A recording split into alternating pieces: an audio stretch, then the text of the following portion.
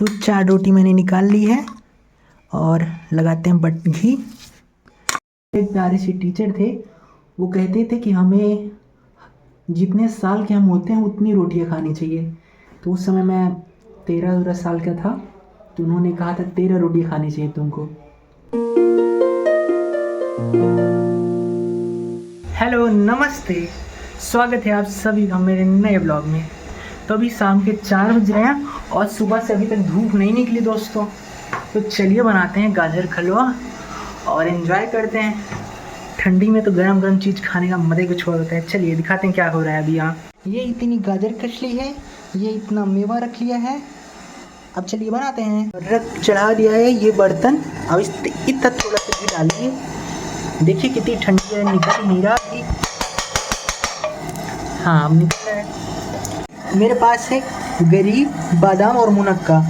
तो गरी और बादाम डाल देंगे, मुनक्का बाद में डालेंगे। मुनक्का हलवा बनने के बाद डालेंगे भाई। तो इसको डाल दिया और अपने पास ये चम्मच, अब इसको रोस्ट करेंगे।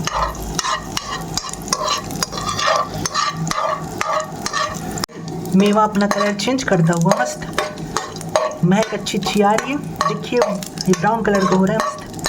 तब इसको निकाल के डालेंगे गाजर। तो चलिए इसमें निकालते हैं। निकल जा भाई,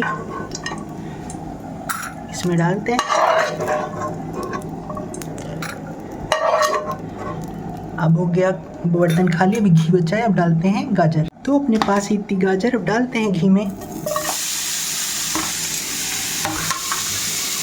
मिक्स करते हैं घी में गाजर को।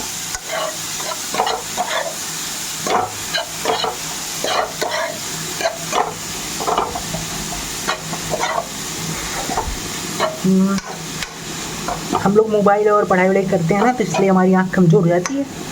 और ये बहुत टेस्टी भी लगता है, तो बनाना तो जरूर पड़ता है दोस्तों।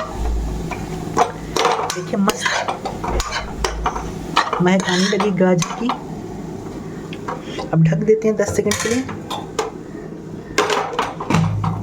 चलो पको भाई। तो गाजर अच्छी सी पक गई है। अब इसमें डालेंगे दूध थोड़ा सा। अब इसको मिक्स करेंगे।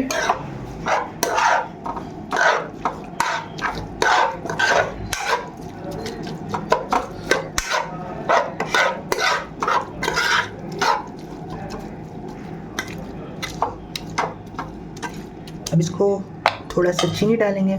तो चीनी डालते हैं। अब चीनी को मिक्स करेंगे।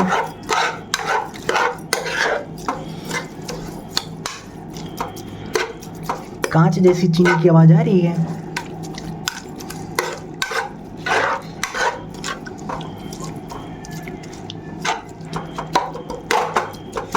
अब थोड़ा सा ढकना पड़ेगा और ऐसे फ्लैट हो गया। अब फ्लैट हो गया। तो हलवा बन चुका है लगभग। अब इसमें मेवा डालते हैं थोड़ा सा। ये भाई अपने पास तो 4-5 चम्मच ये मेवा। और अब मिक्स करते हैं इसको। देखिए धुआं भाप उठ रहा है मस्त। अब निकालते हैं इस कटोरी में हलवे को।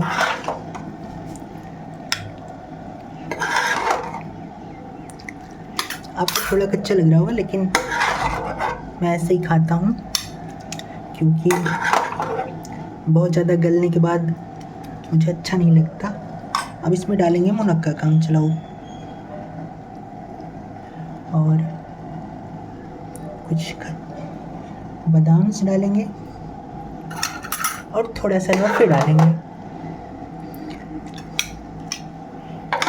फिर थोड़ा सा जूस डालेंगे। सिंपल सा अपना हलवा तैयार है। चलिए खाते हैं, टेस्ट करते हैं कैसा बना है। क्योंकि आज न निकली है धूप सुबह से और मौसम अभी शाम के 4 बजे तक लग रहा है जैसे सुबह हुई हो।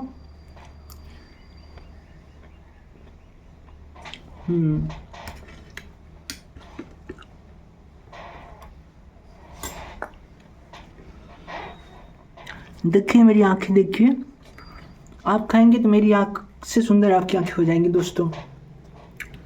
आप लोग खाइए मस्त। One eternity later. तो अभी धीरे धीरे टाइम बीत चुका है अधिकतर, और रात के 10 बज रहे हैं और ये अपना डिनर टाइम। तो डिनर मैंने बनाया है आलू मटर टमाटर प्याज गाजर शिमला मिर्च की सब्जी और रोटी। तो चलिए डिनर करते हैं दोस्तों। तो आपको दिखाते हैं सब्जी। तो ये है अपनी थोड़ी सी सब्जी, और ये रहा अपना सब्जी, ये सलाद, ये नींबू मिर्चा और ये घी। तो मैंने सिर्फ 2 मिनट दिया अपनी हेल्दी डाइट और अपने आप को थोड़ा सा स्वस्थ और मजबूत बनाने के लिए। और मैंने आज रोटियां बनाई हैं थोड़ी सी, देखते हैं कितनी बनी। 1 2 3 4 5 6 7 रोटियां हैं। तो 4 रोटी मैंने निकाल ली है और लगाते हैं घी। और आपको बताना चाहूँगी एक ख़ास चीज़ मुझे समझ में आ रही है जो, चलिए बटर लगा लिया। अब बताते हैं आपको।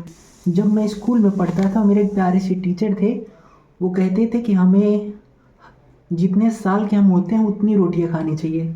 तो उस समय मैं 13 साल का था, तो उन्होंने कहा था 13 रोटियां खानी चाहिए तुमको। मैंने कहा सर इतना तो घर में बनता ही नहीं। तो उन्होंने कहा बनवाया करो, और 1 साल में 1 रोटी बढ़ाना तो अच्छी बात है, उन्होंने ऐसा कहा था। पर हम तो 4-5 रोटी खाने वाले बच्चे।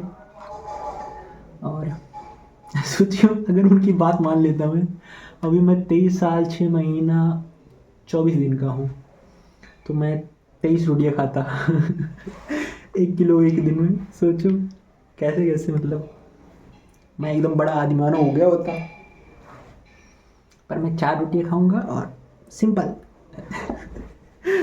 सो फनी, बट ट्राई करना चाहिए तो भाई मुझे। जितने साल के हो आप ट्राई करिए, जितने साल के हो आप उतनी रोटियां खाइए। कम से कम 14 साल के बच्चे तो ट्राई कर सकते हैं। बहुत मस्त है। मिर्च भी खाया, मिर्चा खा लिया मस्त। बहुत तीखा लग रहा है मुझे, थोड़ा सा घी मिलाना पड़ेगा क्योंकि तीखापन कम करना है भाई।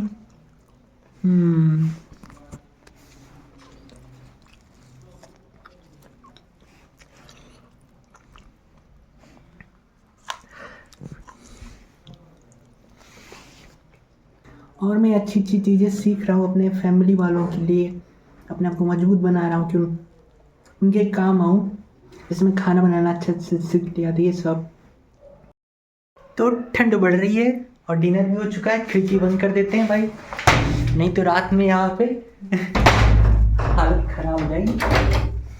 तो आप लोग भी परम आनंद की दशा में आ सकते हैं ऐसे ही, और अपने आप को ज़्यादा टेंशन ना दीजिए। बस इतना सा अपने आप से उम्मीद लगाइए कि जो इस अच्छाई लोगों के अंदर है, और जो बहुत सारे लोग जो जी के चले गए हैं, उनकी अच्छाइयों को चुरा के अपने अंदर आप समा सकते हैं और काम कर सकते हैं। तो चाहे वो जैसा भी काम हो, तो आप लोग करिए अपना काम। Now I am going to sleep. Okay bye. Now just bye. बुझते दिए